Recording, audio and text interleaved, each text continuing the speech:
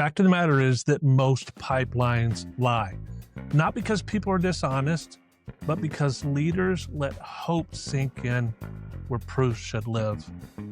If your forecast keeps slipping, if coaching turns into calendared babysitting, if deals seem to age more like milk than fine wine, your pipeline is not telling the truth. Today, I want to help you fix that. We're going to build an authentic pipeline, one that runs on proof, not optimism, and delivers predictable revenue. Welcome to the Sales Performance Insights Podcast. I'm Frank Gustafson, your host, and I work with growth-minded owners and sales leaders who want consistent revenue, not roller coasters. In the next few minutes, you'll get a simple and clean framework for an authentic sales pipeline.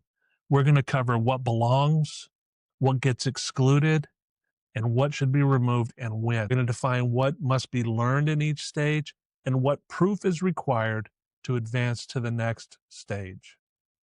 You're going to walk away today with a practical way to purge the fluff, to sharpen your coaching, and to forecast with more confidence. If you lead a team or carry a number, I want you to grab a notepad. This is one that you can share with your managers. So some might say, well, why in the world would you give this away for free? This is good stuff. Isn't this called free consulting? Hey, I'll let you decide. But the truth is, most folks who listen to this won't act on it. So let's hope that those folks are your competitors, not you. Let me start with a pattern that I see time and time again. A team hits Q4 with a bloated pipeline. Everyone's busy. The forecast calls are long. Reps are saying, hey, they love us. We're waiting on legal. The close date slips. Then it slips again. The quarter ends short. Executives lose trust. Reps feel micromanaged. And leaders double the activity goals, which only creates more noise. Sound familiar? Here's the simple truth. Pipeline is not a list of everything that might close. It's a disciplined tool for opportunities that meet clear standards and show buyer commitment. When you treat it that way, everything gets easier, coaching gets more precise, forecasts get more reliable, and your business calms down. There's a key principle, and if you adopt this, it'll change your pipeline in a week. And it's this: proof over optimism. If a deal can't show proof that the buyer is moving, you don't advance it. And you probably shouldn't count it. Ask yourself this right now. Hey, if I asked my team, what did the prospect actually do to prove that this deal belongs in the pipeline? How many fuzzy answers would you get? Hey, likes our proposal, doesn't count as proof. A calendar reschedule doesn't count as proof. Proof is buyer commitment, and it carries a cost or a risk for them, not for you. So what belongs and what doesn't belong? Let me draw a clean line for what belongs in the pipeline. It's a real conversation, not just a form fill. Someone engaged and shared facts about their situation. If it's a fit within your ideal client profile, industry, size, geography, and the problem set matches your business that you can actually serve. It's a problem or ambition with business impact. Something hurts or something big is at stake if they do nothing. What does not belong? Unqualified leads that have never admitted to a problem or a goal. Contacts with no agreed next step. What about old ghosts that have sat idle for weeks with no meaningful movement? Hope does not belong.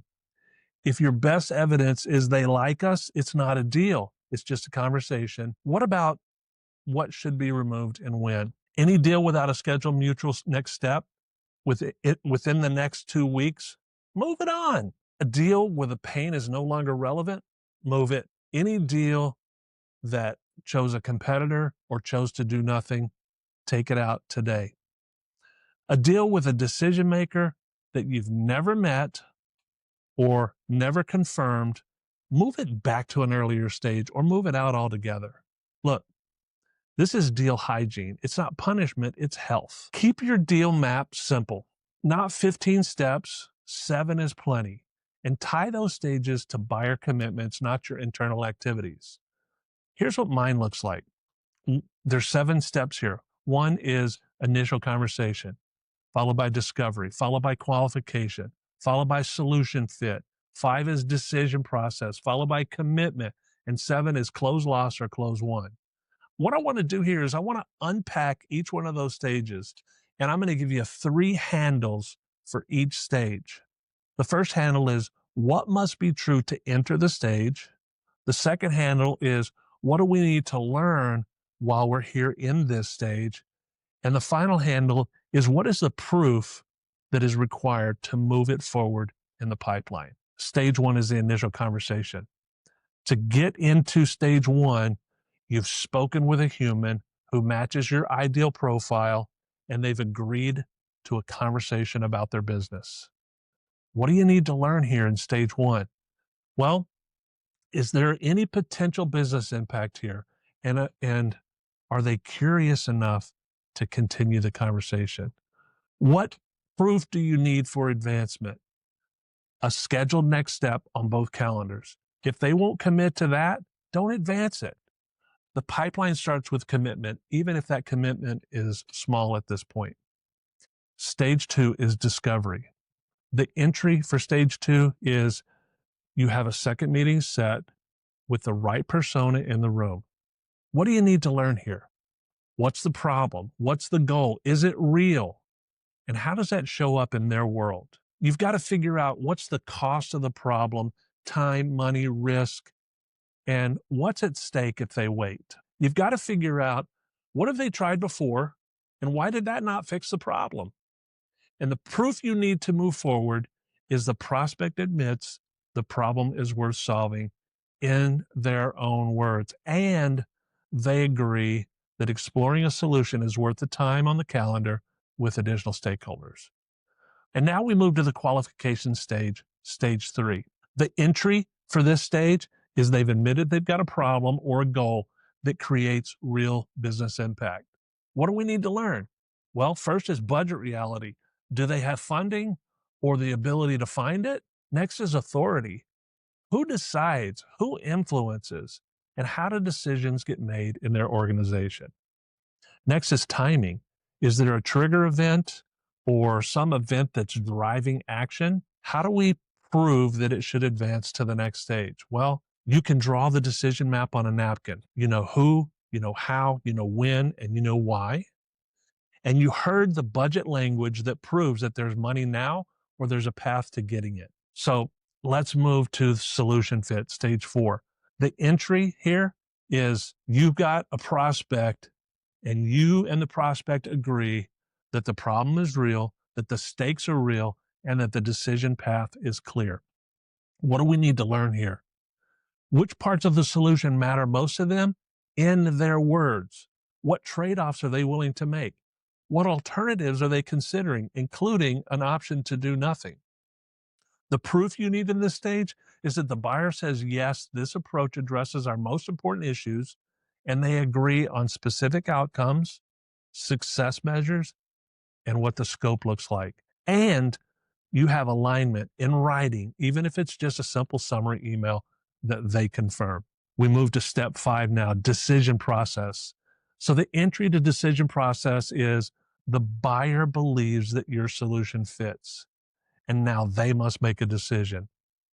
What do we need to learn here? The exact steps between now and signature: procurement, legal, security, the board, not a foggy list, but a very specific list. And we need to know the timeline and the owner for each step. We need to know what the failure points are. Where do deals like this tend to stall or die in their organization? And then finally, the proof that we need to advance to the next stage is a jointly confirmed decision plan with dates, owners, and meetings on the calendar. Not hopes, but actual meetings. Now, stage 6, which is commitment. The entry to stage 6 is that the path is mapped, the stakeholders are aligned, and the buyer is ready to act. What do we need to learn? Any hidden concerns, any personal risk, any political dynamics, or any potential downstream issues for their team. The final logistics are important here. What are the start dates? What does onboarding look like? What are the success metrics for the first 30 days, for the first 90 days? And then proof to advance is a verbal yes followed by a signed order, a purchase order, even an email containing a green light and the next operational step. If it's a verbal yes, then it lives in commitment, but only for days, not for weeks. Stage 7 is close won or close lost. The entry for this stage is a final decision. What we need to learn is why you won and how to repeat it, or why you lost and what signals you missed earlier in the process. What do you need to improve in this stage before you miss next time? The proof here is a documented win or a documented loss, and the reasons captured that day, not next week. A no, maybe later, is not a win, it's a loss. So how do we fix a poor pipeline in 2 weeks? If your pipeline feels messy, here's a short sprint to help you clean it up. Day 1 and 2, purge. Sit with each rep. Open every deal. Ask 5 questions, the same 5 each time. Number 1, what business problem did the buyer admit to? 2, what is the next scheduled step and when does that happen? 3, who decides and how do we know? 4, what risk or cost has the buyer taken to move forward? And number 5 is, what will happen if they do nothing? If the answers to any of these are weak, the deal moves backwards. Yeah, but ouch, right? This is a cut in volume. Good. It's also a gain in truth. Day 3 to 5, reset the rules. Publish the rules for the pipeline inclusion. Make them fit on 1 page. Only deals with scheduled next steps inside of 2 weeks qualify. Only deals with admitted impact qualify. Stalled deals move back or move out, no exceptions. Each stage requires specific proof, not hopeful language. So in our one-on-ones, we need to coach to the missing truth, not the activity. If the impact is unclear, practice the impact conversation. If the decision step is foggy, role play how to map it out with the buyer. If proof is missing, decide what commitment will earn it, and then go get the proof. Then score your pipeline weekly. Green, proof is present. Yellow, partial proof, fix that. Red, no proof. Do this, and you will see your culture shift within 30 days. Pipeline questions for your next review. Hey, if you run pipeline meetings, here's a structure that respects everyone's time and gives you real insight. Start with wins and then move straight to the top 10 deals by value or by time and stage. And for each deal, only ask 3 questions. What did the buyer do that proves movement? What is the next step scheduled with a date and an owner? What is one piece of truth that we still need, and how do we go get that? No drama, no excuses, no slide parade, 30 minutes, real progress. And as a leader, ask yourself this: do you reward big pipelines or do you reward accurate pipelines? Your team will mirror what you praise. Look, an authentic pipeline gives you 3 gifts. The first is clarity, the truth about where revenue comes from. The second is control, and that's the ability to coach what matters, not what's loud. Number 3 is confidence. That's the credibility to stand in the boardroom and defend your forecasts without flinching. And if your pipeline is bloated, clean it up today.